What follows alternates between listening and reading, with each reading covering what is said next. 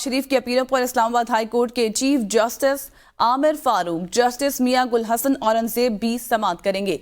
नवाज शरीफ की जानिब से वकील अमजद परवेज और आजम नजीर तारड़ दलाइल देंगे। नवाज शरीफ की पेशी से कबल इस्लामाबाद हाई कोर्ट के अतराफ में सिक्योरिटी भी सख्त कर दी गई।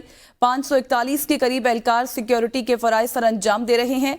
इस्लामाबाद के पुलिस के साथ FC एहलकार भी मौजूद हैं, जबकि इस्लामाबाद हाई कोर्ट की इमारत पर रेंजर्स एहलकार भी तैनात कर दिए गए हैं। इब्राहिम अब्बासी से मजीद तफसीलात हासिल करेंगे। इब्राहिम, कहिएगा, नवाज शरीफ पहुंच गए हैं, इससे पहले मिनिस्टर इनक्लेव थे और अब इस्लामाबाद हाई कोर्ट पहुंच गए हैं वो?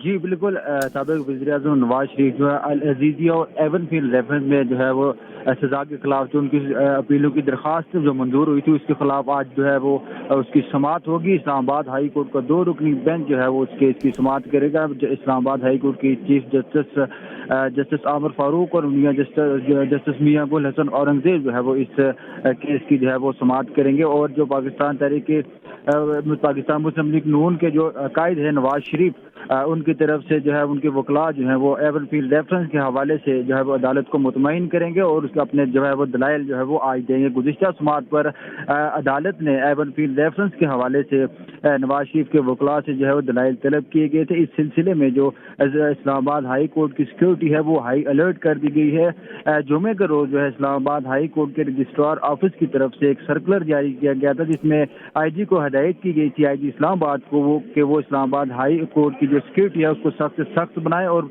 सिक्योरिटी के बेहतरीन इंतजाम करें। इस वक्त नवाज शरीफ जो है कमरे अदालत में मौजूद हैं, उनके साथ सियासी रहनुमा इसहाक डार या सादक भी इस वक्त जो है वो कमरे अदालत में मौजूद हैं। जी अच्छा इब्राहिम, सिक्योरिटी के हवाले से तो आपने अपडेट किया कि काफ़ी सख्त इंतजामात किए गए हैं और अब कुछ देर बाद समाअत भी शुरू हो जाएगी। ये कहिएगा कि इससे पहले जो 21 नवंबर को समाअत हुई थी, 21 अक्टूबर को, उसमें क्या दलाइल दिए गए थे फरीकैन की जानिब से और चीफ जस्टिस के साहब की जानिब से क्या रिमार्क्स आए थे?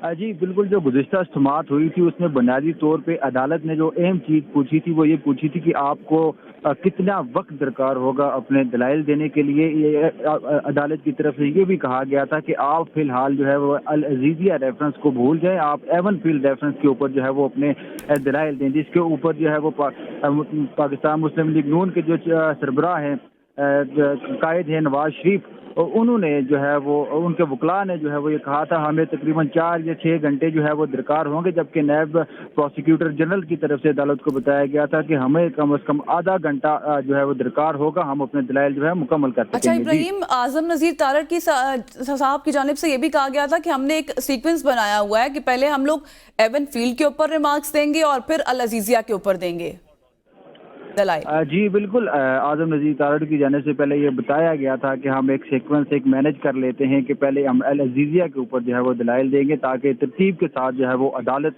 हमारे केसेस को सुने। जिसके बाद अदालत ने ये कहा था कि आप अल अज़ीज़िया रेफरेंस जो है इसको फिलहाल आप भूल जाएं, अलबत्ता आप एवनफील्ड रेफरेंस के ऊपर जो है वो दलाइल दें, हम आपके दलाइल सुनेंगे। उसके बाद अदालत ने ये भी कहा था कि हम पीर यानी कि आज की रोज़ का अदालत ने बताया था नवाज शरीफ के वकला को कि हम बाकायदा जो है वो दलाइल का आगाज़ करेंगे, आप पीर को तैयारी करके आइएगा तो आपके दलाइल हम सुनेंगे एवनफील्ड रेफरेंस के ऊपर। जी इब्राहिम, कोई मीडिया टॉक की गई है रहनुमाओं की जानिब से? बॉडी लैंग्वेज कैसी लग रही थी, कितने पुरुमीद नजर आए?